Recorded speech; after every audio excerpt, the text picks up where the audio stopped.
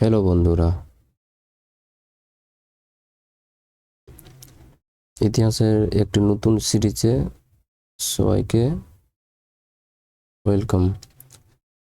প্রথম কোশ্চেন হলো যে সিন্ধু সভ্যতা অন্য কোন সভ্যতার সঙ্গে সম্পর্কিত ছিল? মেসোপটেমিয়ান সভ্যতা, মিশরীয় সভ্যতা, গ্রিক ও রোমান সভ্যতা?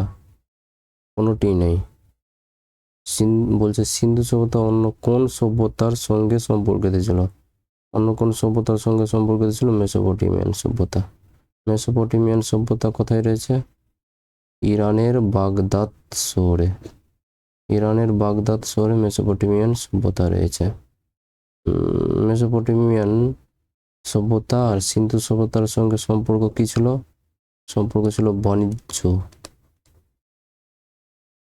বাণিজ্যের সম্পর্ক ছিল। বাণিজ্য করা হতো কোন পথ দিয়ে? সমুদ্র পথ দিয়ে। এখানে এই যে মেসোপটেমিয়ান এখানে রয়েছে আর এখানে ইন্দাস ভ্যালি সিভিলাইজেশন রয়েছে আমাদের ভারতে। ইন্দাস ভ্যালি সিভিলাইজেশন এই যে ভারতে রয়েছে,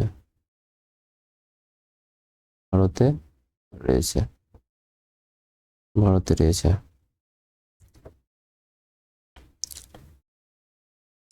2 নম্বর কোশ্চেন, সিন্ধু সভ্যতায় গ্রেট বাঁধ কোথায় অবস্থিত? সিন্ধু সভ্যতায় গ্রেট বাঁধ বলতে মানে স্নান করা হতো। গ্রেট বাঁধ বলতে মানে স্নান করা হতো। ধর্মীয় এখানে ধর্মীয় স্নান করা হতো। ধর্মীয় স্নান করা হতো। ধর্মীয় স্নান করা হতো। সিন্ধু সভ্যতায় গ্রেট বাঁধ কোথায় অবস্থিত? গ্রেট বাঁধ অবস্থিত মহেঞ্জোদারোতে। হরপ্পা কে আবিষ্কার করেছিল? হরপ্পা আবিষ্কার করেছিল দয়ারাম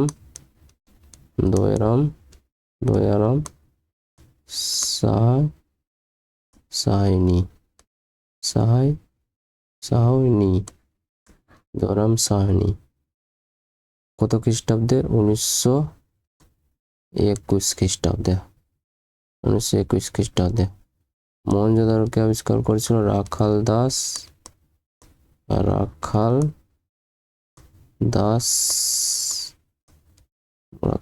বন্দ্যোপাধ্যায়। কত খ্রিস্টাব্দে? 1922 খ্রিস্টাব্দে। 1922 খ্রিস্টাব্দে।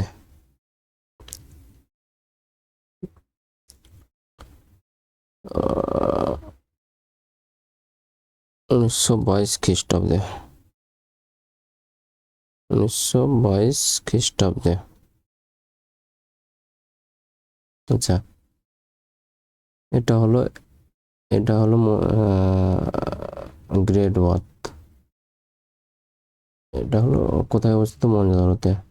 3 নম্বর কোশ্চেন, হরপ্পা সভ্যতার বৈদেশিক বাণিজ্যের নিদর্শন হিসাবে কোথায় ডকওয়ার্টের অস্তিত্ব আবিষ্কৃত হয়েছে? আবিষ্কৃত হয়েছে কোথায়?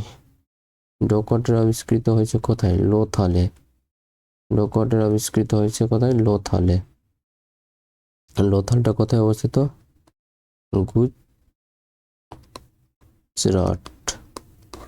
গুজরাট। ধোলাবিরাটাও গুজরাটে অবস্থিত।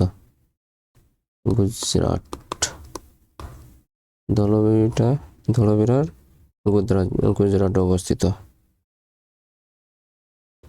লোথাল ছিল প্রাচীন বন্দর।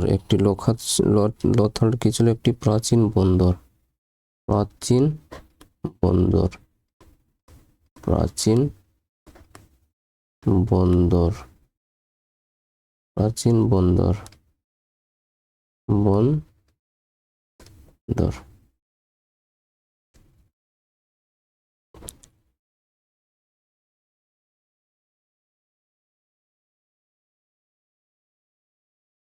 3 নম্বর কোশ্চেন, ঋগ্বেদের এক একটি খণ্ডকে কি বলা হয়?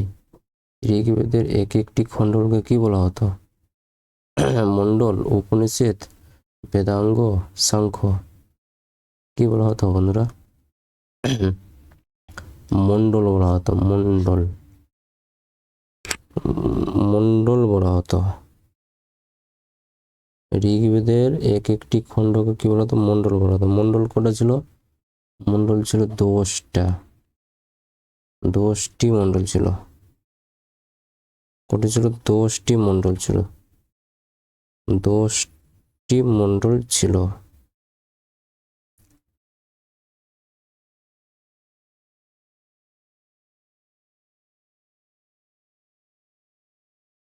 দশটি মন্ডল ছিল।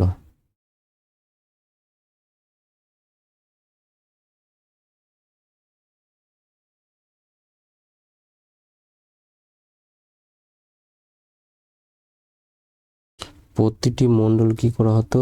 ঋষির দ্বারা। প্রতিটি মন্ডল কি করা হতো? প্রতিটি মন্ডল প্রতিটি মন্ডল ঋষির দ্বারা রচিত হতো। ঋষির দ্বারা রচিত হতো, দ্বারা রচিত হতো, ঋষির দ্বারা রচিত হতো। এবং প্রতিটি অংশকে মন্ডল বলা হতো। স্তোত্র সূক্ত নিয়ে গঠিত। এবং মন্ডলগুলো কি? স্তোত্র ও সূক্ত নিয়ে গঠিত। স্তোত্র ও সূক্ত নিয়ে গঠিত। সূক্ত নিয়ে গঠিত। স্তোত্র ও সূক্ত নিয়ে গঠিত। আচ্ছা, 4 নম্বর কোশ্চেন।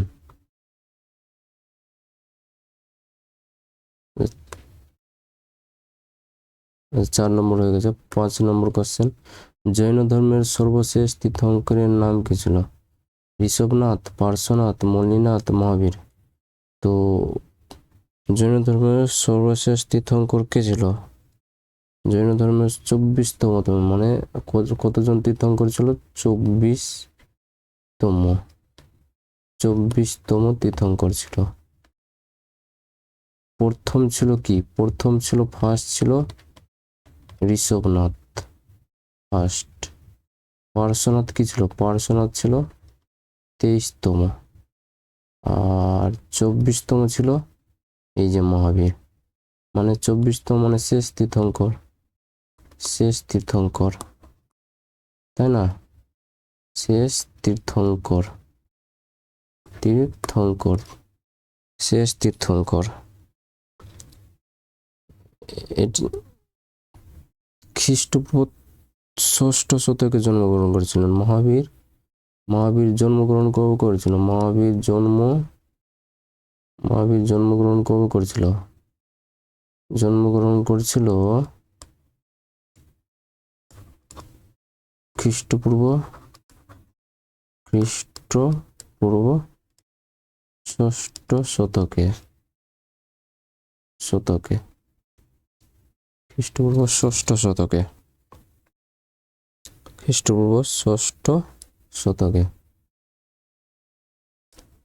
আচ্ছা, 5 নম্বর কোশ্চেন বন্ধুরা, সরি 5 নম্বর না, 6 নম্বর কোশ্চেন। 6 নম্বর কোশ্চেন কি আছে? 6 নম্বর কোশ্চেন বলছে মগধের রাজধানী কি ছিল? মগধের রাজধানী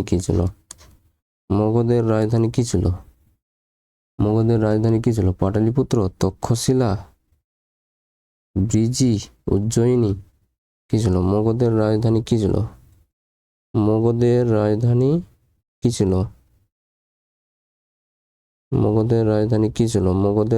ছিল পাটলিপুত্র। এটি প্রাচীন রাজধানী। আচ্ছা, পাটলিপুত্র ছিল। পাটলিপুত্র পরে স্থানান্তরিত করা হয়। তো প্রথম রাজধানী কি ছিল? প্রাচীনতম রাজধানী কি ছিল?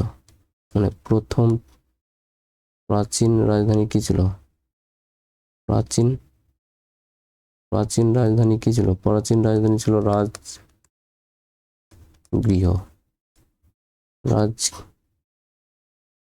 প্রথম রাজগৃহ ছিল। পরে কি করেছিল? পরে অজাতশত্রু শত্রু অজাতশত্রু ও অজাতশত্রু ও উদয়ন অজাতশত্রু ও উদয়ন অজাতশত্রু ও উদয়ন উদয়নের সময় এই রাজধানীটি পাটলিপুত্র থেকে সময় পাটলিপুত্র থেকে রাজগৃহে করা হয়েছিল। পাটলিপুত্র থেকে রাজগৃহে পাটলিপুত্র থেকে রাজগৃহে না, মানে রাজগৃহ থেকে পাটলিপুত্রে করা হয়েছিল। রাজগৃহ থেকে পাটলিপুত্রে করা হয়েছিল।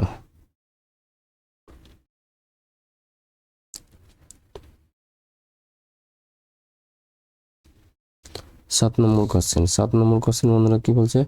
ষোড়শ মহাজন পদের মধ্যে দক্ষিণ ভারতে অবস্থিত মহাজন পদ কোনটি? ষোড়শ মহাজন পদের মধ্যে ষোড়শ মহাজন মানে কতটা মহাজন পদ ছিল? 16টি মহাজন পদ ছিল। মহাজন পদ ছিল 16টি মহাজন পদ ছিল। 16টি মহাজন পদে বলছে দক্ষিণ ভারতে অবস্থিত মহাজন পদ কোনটি ছিল? কৌশল, অসমক, বৈশালী, কুশিনগর? কি ছিল? অসমক ছিল। অসমক ছিল। এটি সাউথ ইন্ডিয়াতে অবস্থিত। সাউথ ইন্ডিয়াতে অবস্থিত। সাউথ ইন্ডিয়াতে।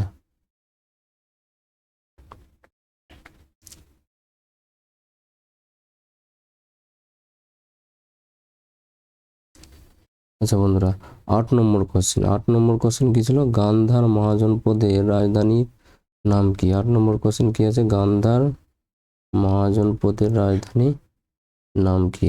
গান্ধার মহাজন মানে 16টা মহাজন পদ ছিল। আমাদের গান্ধার মহাজন পদের রাজধানীর নাম কি ছিল? গান্ধার মহাজন পদের রাজধানীর নাম ছিল কোশাম্বী, পাটলিপুত্র, তক্ষশিলা, উজ্জয়িনী। গান্ধার মহাজন পদের রাজধানীর নাম ছিল তক্ষশিলা। গান্ধার মহাজন পদের রাজধানীর নাম ছিল তক্ষশিলা। তক্ষশিলা ছিল গান্ধারের রাজধানী। তক্ষশিলা কি ছিল? তক্ষশিলা ছিল প্রাচীনতম শিক্ষা কেন্দ্র। প্রাচীনতম শিক্ষা কেন্দ্র ছিল। শিক্ষা কেন্দ্র ছিল। শিক্ষা কেন্দ্র ছিল। কারা শিক্ষা গ্রহণ করেছিলেন তখনের সময়? চাণক্য, তারপরে চন্দ্রগুপ্ত, তারপরে পাণিনি।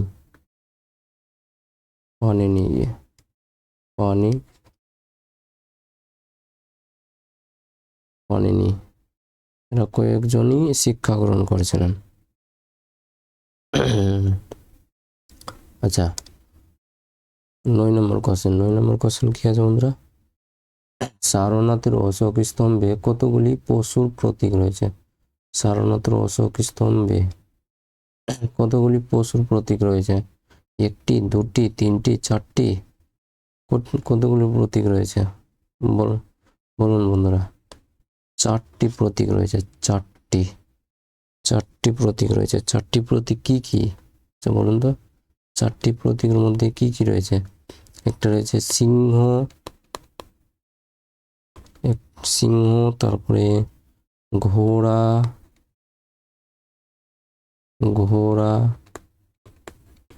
সিংহ, ঘোড়া, তারপরে ষাঁড়, তারপর ষাঁড় হয়ে গেল, তারপরে কি? হাতি। সিংহ, ঘোড়া, ষাঁড়, হাতি। 4টি পশু প্রতীক ছিল। এদেরকে অশোক স্তম্ভ রয়েছে। এদের একসাথে চিহ্ন অশোক স্তম্ভ। এদেরকে অশোক স্তম্ভ বলা হয়। এটা সারনাথের অশোক স্তম্ভ সেটি বলা হয়েছে।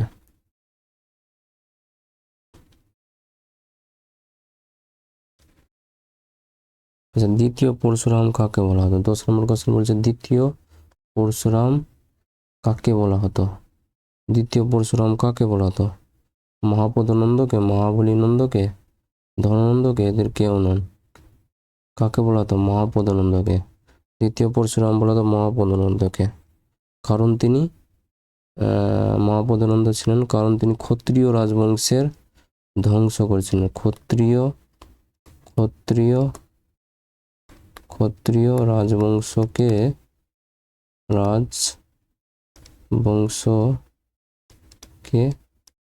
ধ্বংস করেছিলেন। ক্ষত্রিয় রাজবংশকে ধ্বংস করেছিলেন। এটা কোথায় রয়েছে? কোথায় মানে এর প্রমাণ পাওয়া যায় পুরাণে প্রমাণ পাওয়া যায়। পুরাণে প্রমাণ পাওয়া যায়। আচ্ছা, 11 নম্বর কোশ্চেন বলছে বন্ধুরা, চন্দ্রগুপ্ত মৌর্য কোন ধর্মে ধর্মান্তরিত হয়েছিলেন? চন্দ্রগুপ্ত মৌর্য কোন ধর্মে ধর্মান্তরিত হয়েছিলেন? চন্দ্রগুপ্ত মৌর্য কোন ধর্মে ধর্মান্তরিত হয়েছিলেন? চন্দ্রগুপ্ত মৌর্য জৈন ধর্ম, বৌদ্ধ ধর্ম, শিখ ধর্ম, খ্রিস্টান ধর্ম? চন্দ্রগুপ্ত মৌর্য জৈন ধর্মে ধর্মান্তরিত হয়েছিলেন। জৈন ধর্মে ধর্মান্তরিত হয়েছিলেন। তিনি জীবনের শেষ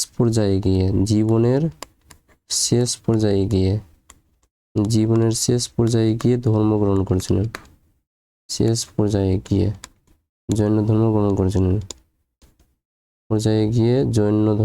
করেছিলেন। জৈন ধর্ম গ্রহণ করেছিলেন। জৈন ধর্ম গ্রহণ করেছিলেন।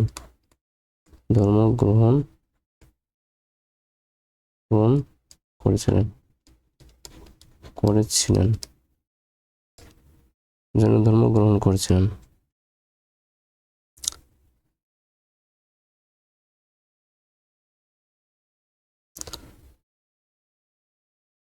এই জৈন ধর্ম গ্রহণ করেছিলেন কোন সন্ন্যাসী? জৈন ধর্মের কোন সন্ন্যাসী দ্বারা? ভদ্রবাহুর সঙ্গে। জৈন সন্ন্যাসী ভদ্রবাহুর সঙ্গে। জৈন সন্ন্যাসী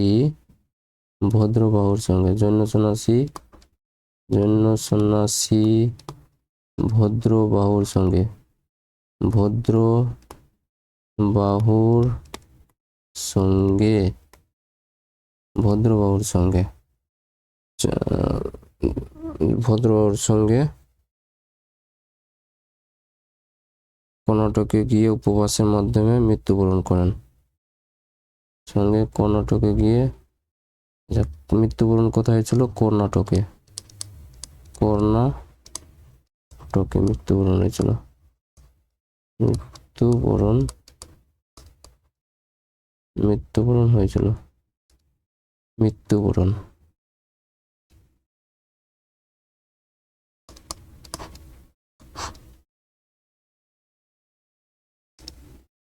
শেষ বন্ধুরা, আজকে 11টা কোশ্চেন ছিল।